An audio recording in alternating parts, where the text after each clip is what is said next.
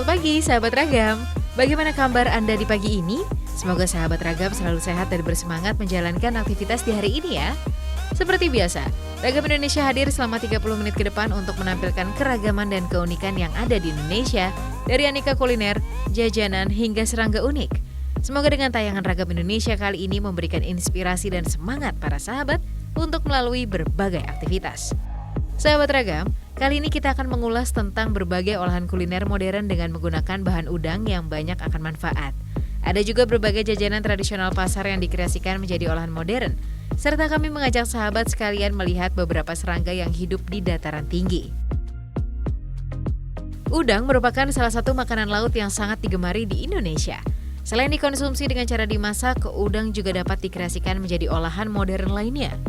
Kandungan nutrisi udang cukup banyak, yaitu vitamin, mineral, protein, dan yang pasti rendah kalori. Manfaatnya untuk kesehatan tubuh kita juga sangat baik, seperti menjaga kesehatan jantung, memenuhi kebutuhan protein dengan asam amino yang mudah diserap tubuh, dan masih banyak lagi. Nah, penasaran kan sahabat? Langsung saja kita simak liputan kami yang pertama. Aneka olahan modern dari udang.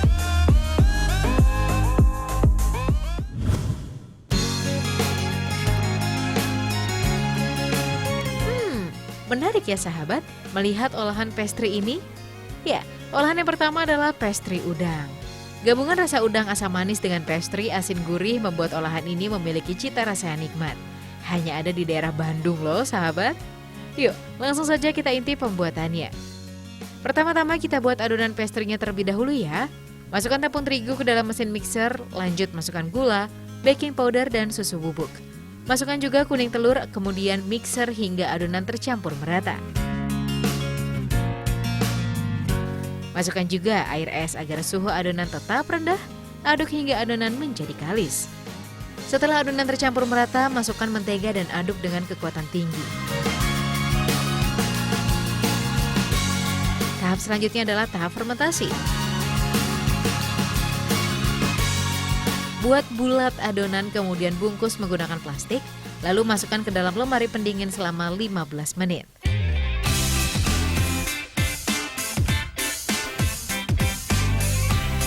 Setelah 15 menit, adonan harus diratakan dan dipipihkan untuk menghilangkan gelembung pada adonan. Olesi adonan dengan margarin.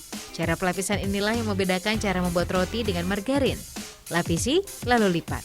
Begitu terus hingga 3 kali. Lalu masukkan lagi adonan ke dalam lemari pendingin. Selagi menunggu adonannya jadi, kita buat dulu adonan isiannya. Ya, isian menggunakan adonan udang.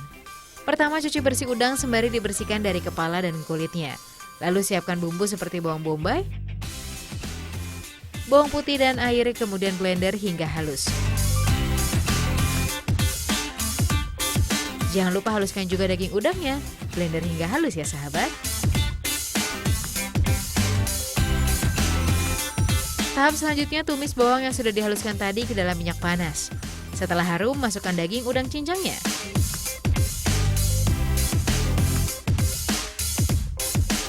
Tambahkan garam, gula, dan saus biar tambah enak dan gurih. Masak hingga matang. Diamkan beberapa saat agar lebih dingin, kemudian masukkan putih telur sembari terus diaduk dan tuang pada loyang, kemudian kukus.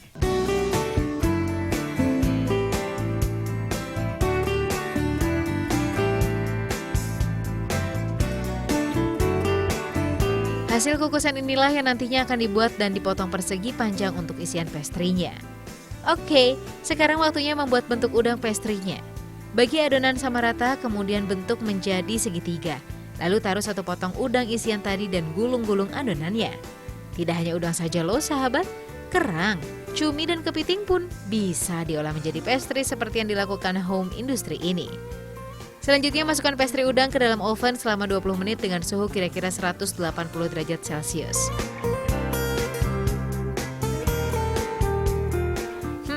Udang pastry-nya sudah jadi nih sahabat. Biasanya udang pastry dijual dengan harga Rp3.500 dengan pastry ukuran kecil, sedangkan yang besar hanya Rp5.000 saja. Gabungan karbohidrat dari pastry dan protein dari udang membuat olahan modern yang satu ini pasti bikin ketagihan.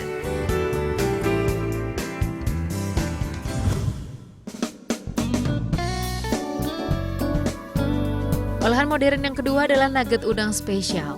Udang yang dipilih adalah udang putih dan merah jambu.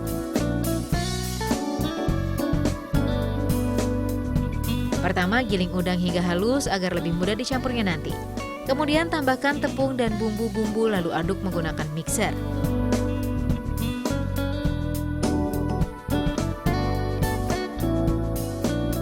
Aduk hingga semua bumbu tercampur dengan merata. Simpan pada lemari pendingin dengan suhu 0 derajat Celcius selama 1 malam.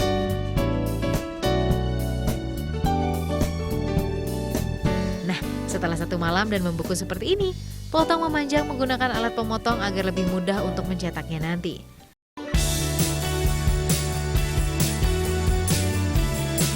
Lalu masukkan mesin penghancur dan adonan nugget siap dicetak. Lapisi permukaan nugget dengan mentega agar lebih mempermudah menempelkan tepung rotinya. Proses ini disebut dengan pelapisan dalam. Semuanya sudah menggunakan mesin modern nih sahabat. Dari pengolesan margarin hingga pemberian tepung roti seperti ini.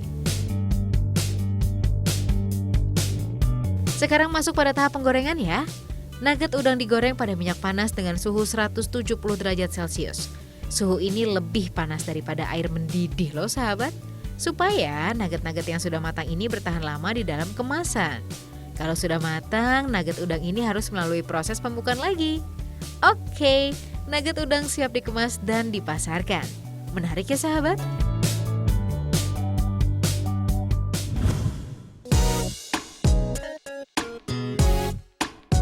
Yuk, langsung saja yang terakhir ada kreasi unik dan modern dari mie rumput laut dengan campuran udang di dalam bahannya. Dari namanya saja sudah terbayangkan mie warna-warni yang lezat, ditambah kandungan protein dari udang dan rumput laut yang sangat bermanfaat. Langsung saja kita lihat dapurnya. Bahan-bahannya terdiri dari tepung terigu, tepung beras, rumput laut yang sudah dihaluskan, udang yang sudah digiling, dan garam. Untuk warna-warninya dari bahan alami, hijau dari sawi, kuning dari wortel, dan coklat dari tepung beras merah. Mie udang rumput laut ini dijamin menyehatkan deh. Oke, tahap pertama kita haluskan dulu rumput lautnya dengan cara di blender lalu tambahkan air secukupnya. Kemudian campurkan semua bahan dalam satu wadah. Sahabat, kreasi mie udang rumput laut ini terinspirasi dari banyaknya konsumen mie instan yang kian lama kian membanyak. Melihat kandungan mie instan yang terbilang kurang menyehatkan, maka dibuatlah mie udang rumput laut alami ini. Oke ya, kita lanjut ke pembuatan. Aduk semua bahan menggunakan tangan hingga bahan menjadi adonan dan tercampur merata. Kemudian campurkan pewarna bahan alaminya. Tapi sebelumnya, bagi adonan menjadi beberapa bagian ya, untuk memisahkan warna-warna yang berbeda. Setelah adonan kalis, masukkan pada alat pencetak mie seperti ini dan bentuk mie udang rumput lautnya sudah terlihat. Jangan lupa tambahkan tepung supaya mie tidak lengket. Agar mudah dikemas, masukkan mie ke dalam cetakan persegi. Tata dan kukus kurang lebih setengah jam hingga mie udang rumput lautnya matang. Setelah itu, panggang mie ke dalam oven selama 12 jam untuk menghilangkan kadar airnya. Setelah kering, mie udang rumput laut siap dikemas dan dipasarkan. Bagaimana sahabat? Tak kalah dengan mie instan pada umumnya kan? Mie udang rumput laut ini biasa dijual dengan harga Rp2.000 per bungkusnya. Menarik ya? Mie instan yang satu ini dijamin nikmat dan menyehatkan.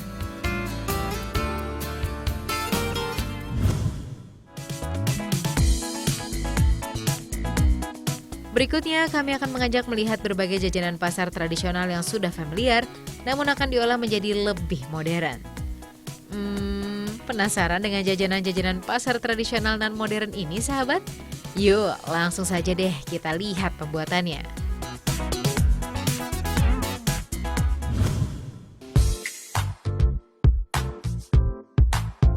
Jajanan tradisional yang pertama adalah sawut. Ya, sahabat pasti sudah tak asing dengan makanan ini kan? Makanan yang terbuat dari singkong ini diolah secara modern menjadi sawuri atau singkatan dari sawut onigiri. Menarik kan sahabat kreasi olahan sawuri dari Jogja ini? Yuk, langsung lihat proses pembuatannya. Singkong yang dipakai biasanya adalah singkong mentega dan singkong putih. Setelah dipotong dan dikupas, jangan lupa cuci bersih dari kotoran-kotoran yang masih menempel. Selanjutnya diparut menggunakan parutan khusus sawut atau parutan dengan lubang parut yang berukuran besar. Kandungan karbohidrat singkong lebih tinggi dari nasi dan tentunya lebih mengenyangkan. Setelah singkong diparut, pisahkan menjadi 2 bagian karena kita akan membuat sawut manis dan gurih. Untuk sawut yang manis hanya dicampurkan gula jawa yang sudah dihaluskan.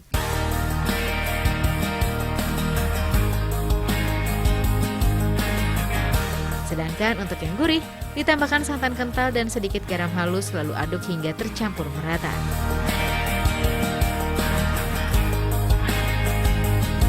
Tahap selanjutnya, kukus sawut hingga matang.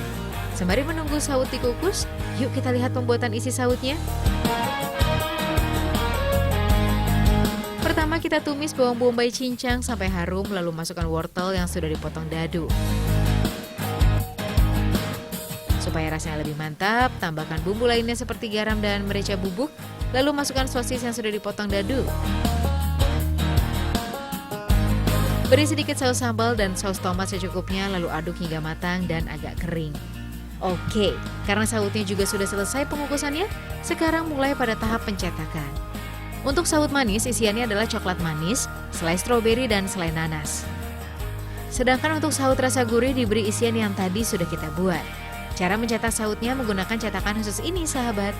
Beri setengahnya terlebih dahulu lalu masukkan isian sawutnya. Kemudian tutup lagi menggunakan sawut pada bagian atas. Terakhir tinggal bungkus menggunakan plastik. Dan sawut pun siap disantap. Yummy!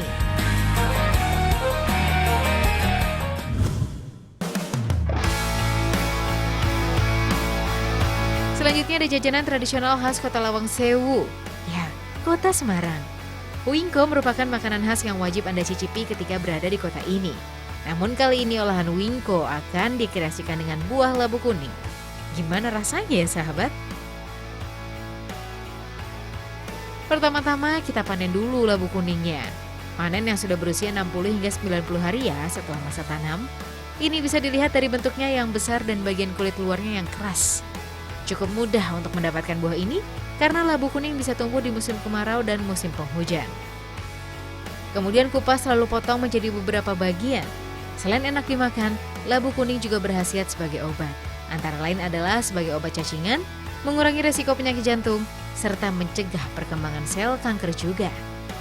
Kemudian potong labu menjadi bagian yang lebih kecil.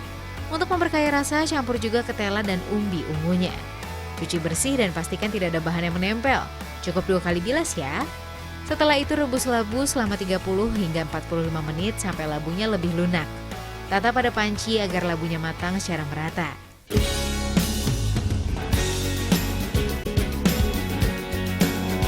Oke, labunya sudah matang. Sekarang siapkan parutan kelapanya. Kelapa parut ini nantinya akan menjadi bahan campuran wingko-nya. Sekarang waktunya membuat adonan wingko. Untuk sekali membuat adonan dibutuhkan labu sebanyak 600 gram. Setelah ditimbang, hancurkan labu menggunakan tangan sampai halus. Jangan lupa juga tambahkan gula secukupnya, lalu aduk lagi hingga tercampur rata. Tambahkan garam dan vanili, lalu masukkan kelapa parut yang tadi sudah disiapkan. Untuk membuat adonan menjadi kalis, tambahkan tepung ketan secukupnya ya sahabat. Proses selanjutnya adalah proses memasak. Sahabat, ada 2 tahap memasak pada pembuatan wingko labu semar ini. Pertama, goreng dengan panci datar dan tanpa menggunakan minyak. Kedua, dengan menggunakan mesin panggang. Proses 2 kali pemasakan ini bertujuan agar wingkonya empuk dan matang sempurna. Sambil dibalik-balik ya sahabat memasaknya. Proses memasak tanpa minyak ini bisa memakan waktu hingga 1 jam sampai wingkonya setengah matang. Setelah itu baru deh masuk pada proses pemanggangan tadi.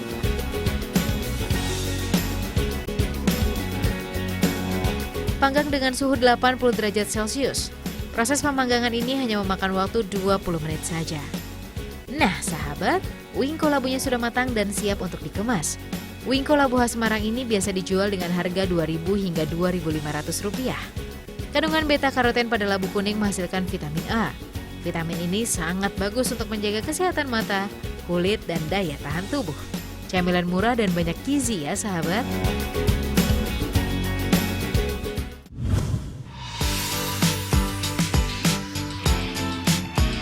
Jajanan tradisional terakhir ada klepon yang bisa dibuat dari mangrove. Gak kebayang ya rasa jajanan tradisional satu ini? Pertama-tama kupas buah api-api atau biasa disebut buah mangrove. Lalu jemur sampai kering. Dengan dikeringkan maka getah yang terkandung dalam buah mangrove akan hilang. Bila dimakan langsung atau diolah dengan cara yang salah, buah mangrove ini akan terasa gatal di lidah. Yuk langsung saja kita buat kleponnya. Bahan-bahan yang dibutuhkan adalah buah mangrove yang sudah kering dan sudah direbus, tepung beras, tepung ketan, garam, daun pandan, gula merah, parutan kelapa, dan air. Pertama-tama haluskan buah mangrove menggunakan blender. Jangan lupa tambahkan sedikit air ya.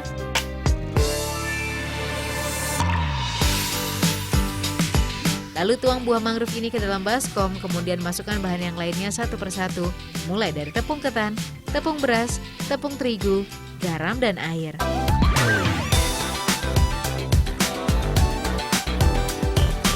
Aduk hingga menjadi adonan dan teksturnya jadi padat. Kemudian gulung adonan menjadi bulatan-bulatan kecil dan tambahkan gula merah di dalamnya.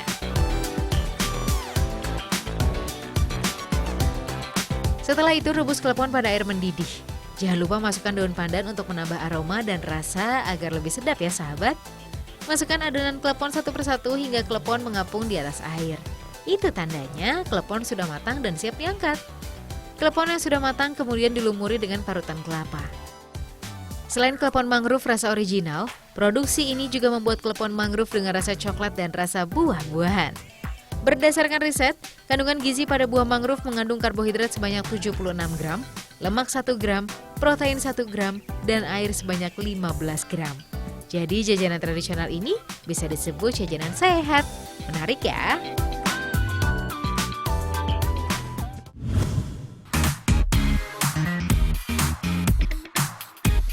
Jangan beranjak kemana-mana sahabat, karena selanjutnya kami akan mengajak Anda untuk melihat serangga-serangga unik yang hidup di dataran tinggi.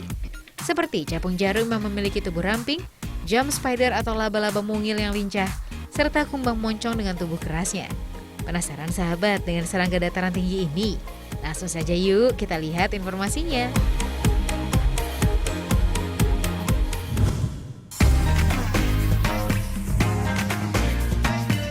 Serangga yang pertama adalah capung jarum. Ya, apabila sahabat berkunjung di daerah dataran tinggi, pasti sudah tak asing lagi dengan serangga yang satu ini. Bentuknya yang unik di bagian tubuhnya yang kecil dan panjang menyerupai jarum, menjadikan capung ini diberi nama capung jarum. Bentuk badan yang ramping dan posisi sayap tegak ke atas saat beristirahat, menambah kecantikan bentuk serangga ini. Ditambah warna-warna yang menarik di tubuhnya. Serangga capung jarum termasuk ke dalam ordo Odonata atau yang biasa kita sebut sebagai serangga karnivora. Bila sahabat berkunjung di dataran tinggi, serangga ini biasanya mudah didapat di daerah sekitar kolam, rawa, hutan, dan persawahan. Habitat capung jarum biasanya di dataran tinggi dengan ketinggian 3.000 meter di atas permukaan laut. Maka tak heran bila capung jarum ini diberi predikat sebagai serangga dataran tinggi. Habitat yang spesifik dan wilayah hidup yang sempit membuat serangga ini mempunyai pemangsa tersendiri. Ya, apabila sudah terjaring sarang laba-laba seperti ini, tubuh ramping dari capung jarum sudah tidak bisa berkutik lagi. Pemangsa utamanya antara lain adalah jump spider.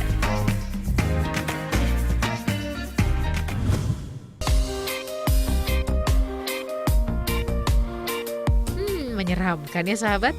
Cara memangsanya sama dengan laba-laba pada umumnya, dengan cara menggulung mangsanya terlebih dahulu menggunakan jaringnya hingga mangsanya lumpuh, baru serangga ini memakannya. Jump spider juga merupakan serangga dataran tinggi. Bentuknya mungil dan berbulu membuat serangga kecil ini dapat bertahan hidup di dataran tinggi. Meskipun mereka biasanya bergerak tenang dan cukup lamban, namun serangga ini mampu meloncat sangat lincah, terutama ketika berburu atau kadang-kadang sebagai respon terhadap ancaman mendadak. Tak heran bila serangga ini dijuluki serangga mungil karena ukurannya kecil dari spesies laba-laba yang lain.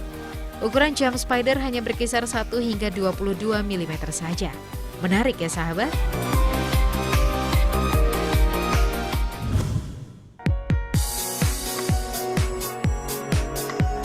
Ada lagi serangga mungil di daerah dataran tinggi.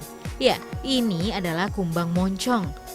Kumbang moncong termasuk dalam famili Curculionidae atau dari bahasa Latin yang artinya kumbang yang bermulut panjang. Kepalanya memanjang dengan moncong yang berubah-ubah panjangnya. Bentuk kumbang moncong ini juga tak beda jauh dengan kumbang pada umumnya, dengan tubuh yang keras serta warna redup dan mengkilap. Tekstur badannya pun lembut dan beralur. Untuk habitatnya sendiri, kumbang ini akan mudah kita jumpai di pohon talas, karena pohon ini merupakan makanan favorit kumbang moncong. Tak heran bila kumbang ini dapat hidup di dataran tinggi bila melihat bentuk tubuhnya yang keras dan tebal. Unik kan sahabat melihat serangga-serangga tadi?